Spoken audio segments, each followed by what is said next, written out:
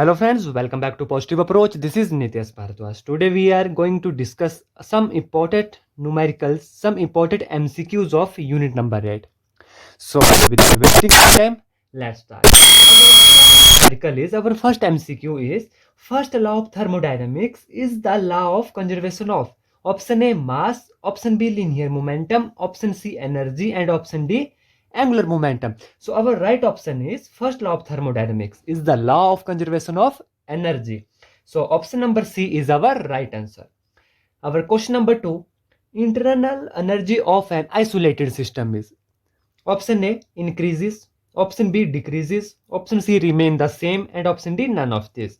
We know that internal energy of any of an isolated system is always remain the same. So option number C is our right answer.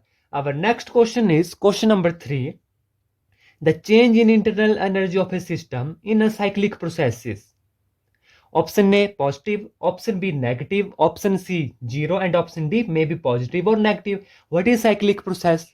A cyclic process, its initial and final point is same. So internal energy of a system in a cyclic process is always 0. So option number C is our right answer.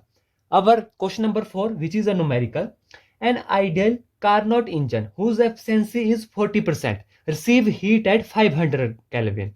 If the efficiency is to be 50%, the intake temperature of the same exhaust temperature is, we know that eta is the efficiency of a Carnot heat engine, which is equal to 1 minus T2 over T1, where T1 is the temperature of source and T2 is the temperature of sink.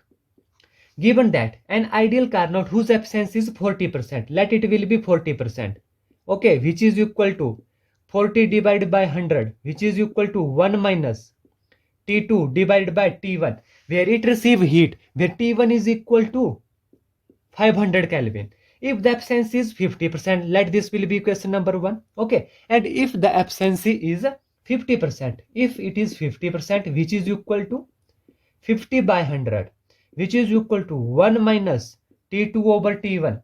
Okay, the intake temperature of the same exhaust temperature is, we have to calculate the intake temperature. We have to calculate this T1 of equation number 2. Very easy numerical. So what we have to done here, we have to calculate first T2. Substituting the value of T2 here, we can easily calculate T1. How? Equation number 1 implies this 0 cancel this, 4 by 10 is equal to 1 minus T2 divided by T1 is 500 for this case. Okay, what does this implies? This is implies T2 over 500 is equal to 1 minus 4 by 10, which is equal to 6 by 10. Okay, now this 0 cancel this. Now T2 is equal to 50 into 6, which is equal to 300 Kelvin. The value of T2 is 300 Kelvin. Substituting this value here, in equation number 2, we get 50 2s are 100. 1 by 2 is equal to 1 minus T2. What is T2 is 300 Kelvin divided by T1. Okay, what does this implies? This is implies 300 by T1 is equal to 1 minus 1 by 2, which is equal to 1 by 2. So T1 is equal to 2 into 300, 600 Kelvin. So T1 is equal to 600 Kelvin. Option A is our right answer. I hope the numerical is clear to you. Our next question is, an engine has efficiency of 1 by 6. When the temperature of sink is reduced to 62 degrees Celsius, its efficiency is doubled. The temperature of the source is, given that efficiency eta is equal to 1 minus T2 by T1, where T1 is the temperature of source and T2 is the temperature of sink. Given that if the efficiency is 1 by 6, this is implies 1 by 6 is equal to 1 minus T2 by T1. Let this will be question number 1. When the temperature of sink is reduced, when temperature of sink, what does this implies? This is source, this is sink. Given that when the temperature of sink is reduced by, let 1 minus T2 minus 62 degrees Celsius divided by T1. If the temperature of this sink is reduced by T1, then the absence is doubled. Then this absence is 2 eta, which is equal to 2 into 1 by 6, which is equal to 1 by 3. What does this imply? This implies T2 minus 62 degree divided by T1 is equal to 1 minus 1 by 3, which is equal to 2 by 3. This is equation number 2. Okay, we have to calculate the temperature of the source. We have to calculate this value because this is T1, this is the temperature of source.